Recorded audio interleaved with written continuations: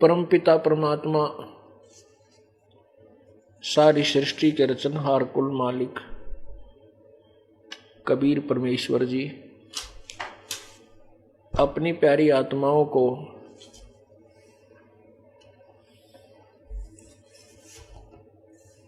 अपने निज घर का ज्ञान कराने के लिए स्वयं ही अवतरित होते हैं, स्वयं ही प्रकट होते हैं।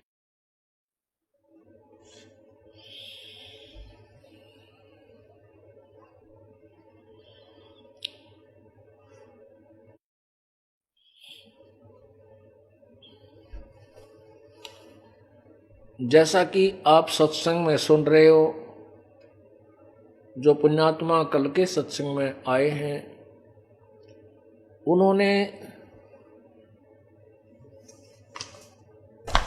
सुना कि परमात्मा परमेश्वर कबीर जी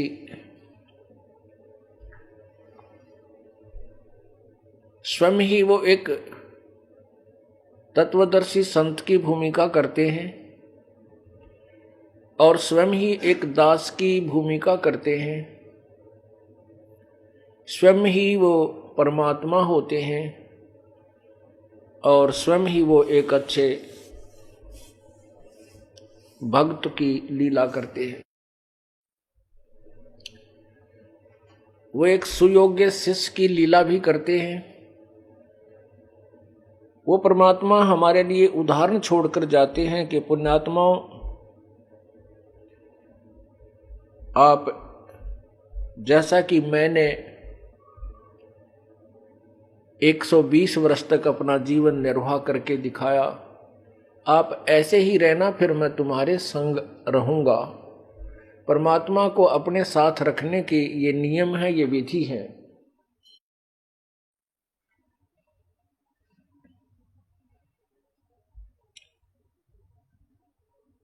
सारी सृष्टि के रचनहार सर्वेश्वर महेश्वर परमेश्वर ये कबीर देव हैं। महेश्वर का अर्थ भी परमेश्वर होता है, परमेश्वर, श्रेष्ठ ईश्वर, उत्तम पुरुष है तू अन्य। और महेश्वर का अर्थ होता है महान ईश्वर, यानी ईश्वरों से भी बड़ा। इस महेश्वर की फीत हमने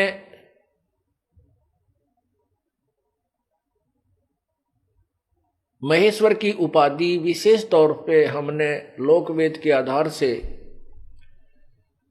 ज्योति निरंजन और अष्टंगी के पुत्र तमोगुण शिव को दे रखी थी। इसको महेश नाम से जाना जाता है, लेकिन ये महेश नहीं है। लेकिन अब इनका नाम पक गया, इसलिए हमने भी इनको महेश कहना पड़ता है। ब्रह्मा विष्णु महेश की उत्पत्ति दुर्गा और काल से हुई। जैसे एक व्यक्ति ने अपने बेटे का नाम डीसी रख रखा, तो वो कोई गांव में आपस में कवा सुनी होगी, एक व्यक्ति बोला रहा मेरे बेटे डीसी ने बुला के। अब वहां व्यक्ति जो दूसरा था राह चलता, उसने सोची भाई तो तगड़ा काम हो गया, इसका तो बेटा डीसी है। वो आया किसी बूंदी सी शकल का बौड़ा सा, ने बोला डीसी, ने बोला यू हाउ डीसी, बोला हाँ यू हाउ डीसी, ये उसका बेटे का नाम डीसी है। ने बोला रहा मैं तेने सोची थी कि तब इसका तो लड़का डीसी है, गलत पंगा ले लिया तेने। तो कहने का भाव ये है, ये ब्रह्मा विष्णु महेश नाम जो काल ने अपने बेटे के रख लिए, जो समृद्ध शक्ति के थे।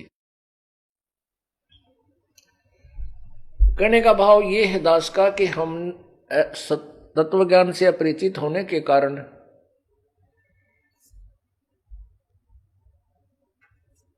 हम परमात्मा से दूर हो गए।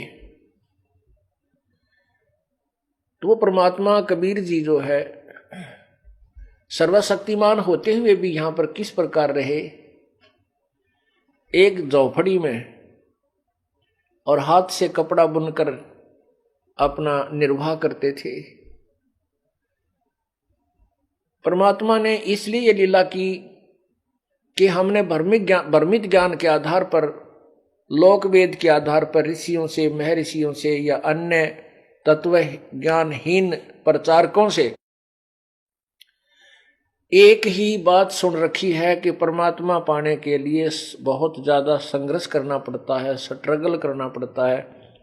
कोई खड़ा होके तप करता है, कोई बैठ के समाधि लगाता है, कोई निराहार रहता है, कोई पवनाहारी है, कोई फलोहारी है, कोई दूधाधारी है।